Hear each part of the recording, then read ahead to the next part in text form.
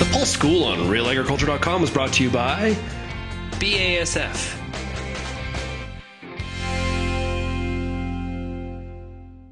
I'm Amber Bell, and this is Real Agriculture, here today for an episode of Pulse School with Joey Vanneste, who's an operations supervisor with the Canadian Grains Commission. Welcome, Joey. It's great to see you. Thank you very much, and thank you for having me. I'm excited for this conversation. We're going to be talking in this episode of Pulse School about grading and what that looks like from the CGC side. So let's start us off with what is the Canadian Grain Commission? And from a farmer standpoint, what are some of the key things that we might need to understand about how you grade pulses?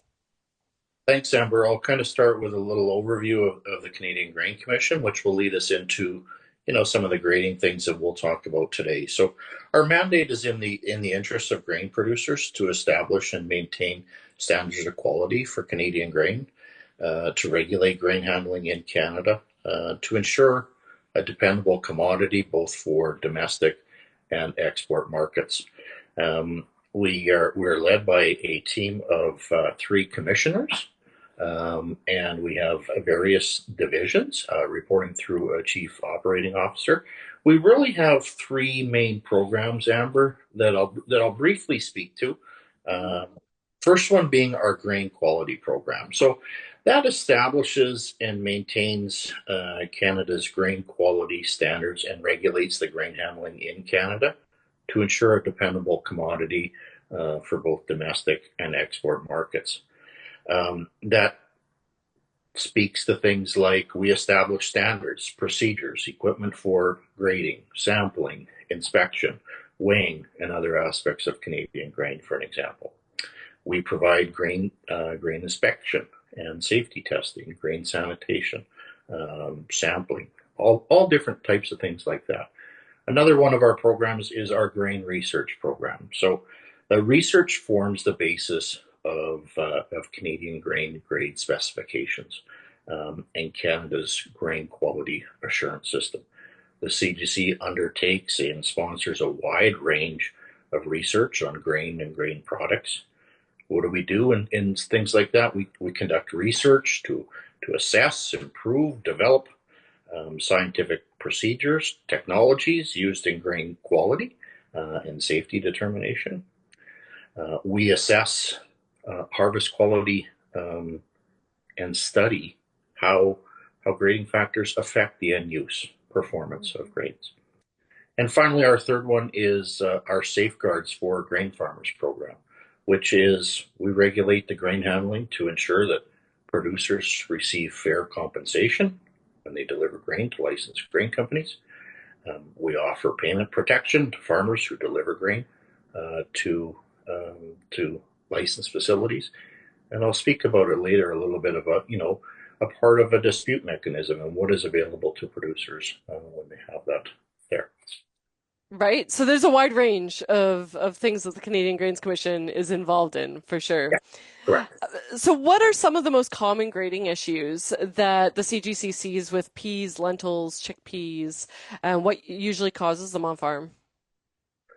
I can look at what the Canadian Grain Commission does is we offer a program available to producers, which we refer to as the Harvest Sample Program. This is a free service that's available to producers. They're able to sign up for our program. We mail them envelopes each year, and they can send samples of their quality to us. We will inspect them. We'll provide unofficial grades to them free of charge. So we use that program to collect data of the quality of the crop. We use that in our research. We also use it in promoting Canadian grain across the world. So when I look at the data that we have from this year, from our Harvest Sample Program, and that's really where I draw it from. When I look at green peas, we've seen some samples have been downgraded based off of bleached. Some have been downgraded based off of color assessment. And this is all information that we publicize in our official grain grading guide, which is available to anyone across the industry. So when we look at what does the official grain grading guide have? Well, it's the complete reference of grading of all grains, oilseeds, pulses. So if you wanted to know how do I do a dockage in peas, how is that assessed? How are grading factors assessed? How is bleached assessed?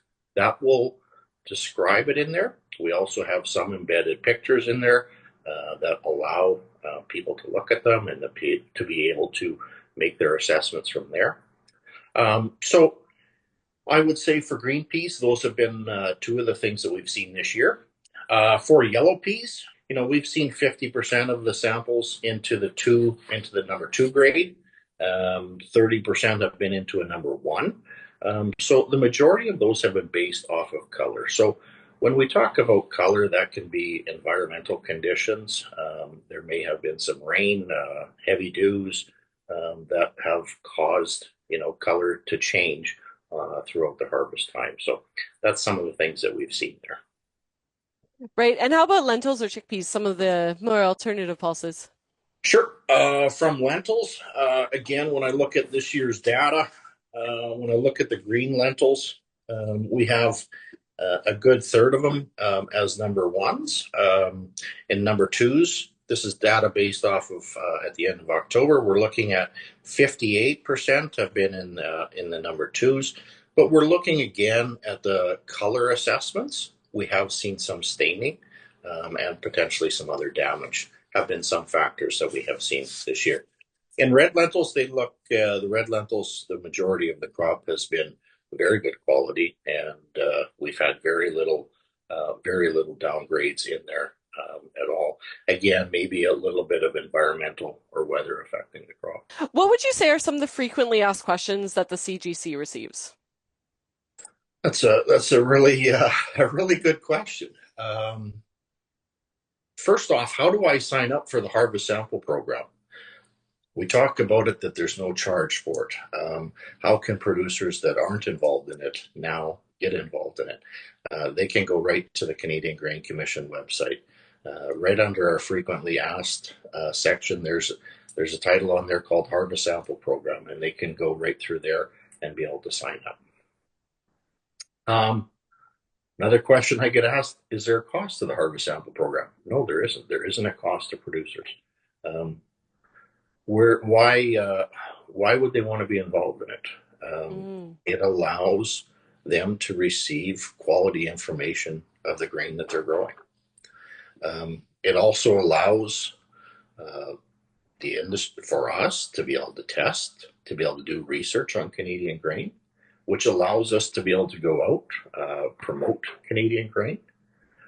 We publish reports that are used domestically and export-wise based off of those samples. We often receive questions about, where do I find how to do dockage? Where do I find how to do grading factors? And all of that for the 21 grains that we have covered under the Canada Grain Act, including lentils, peas, chickpeas. What are the grading factors? What are the tolerances? How do we do dockage? Those are all available in the official grain grading guide for everyone.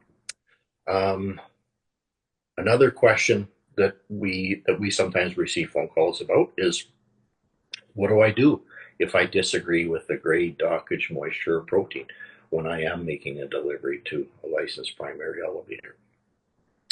And as I talked about under the Safeguards for Grain Farmers program, we do have a program called Final Quality Determination, where producers, when they are delivering to a licensed primary elevator, they disagree with the grade, the dockage, the protein, the moisture, they are able to ask to have that sample, that representative sample, sent to the Canadian Grain Commission. We will inspect the sample.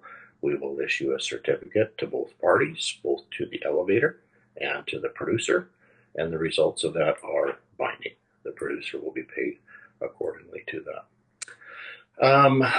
Another question that I would get asked is, where do I find if an elevator is licensed? Where it's available? And again, I would refer viewers to the Canadian Grain Commission homepage, our website, and right on there it says licensed grain companies. They're able to see all of the companies that are licensed with the Canadian Grain Commission. It's nice to know that there's an appeal process in place and, that regulatory sort of put it all together piece. Because I feel like sometimes that's missing, knowing exactly how this all comes together in the end. Yeah, I think, good advice for producers that I try and share is find out what your quality is before you make the delivery. So you can find that out through the use of our harvest sample program.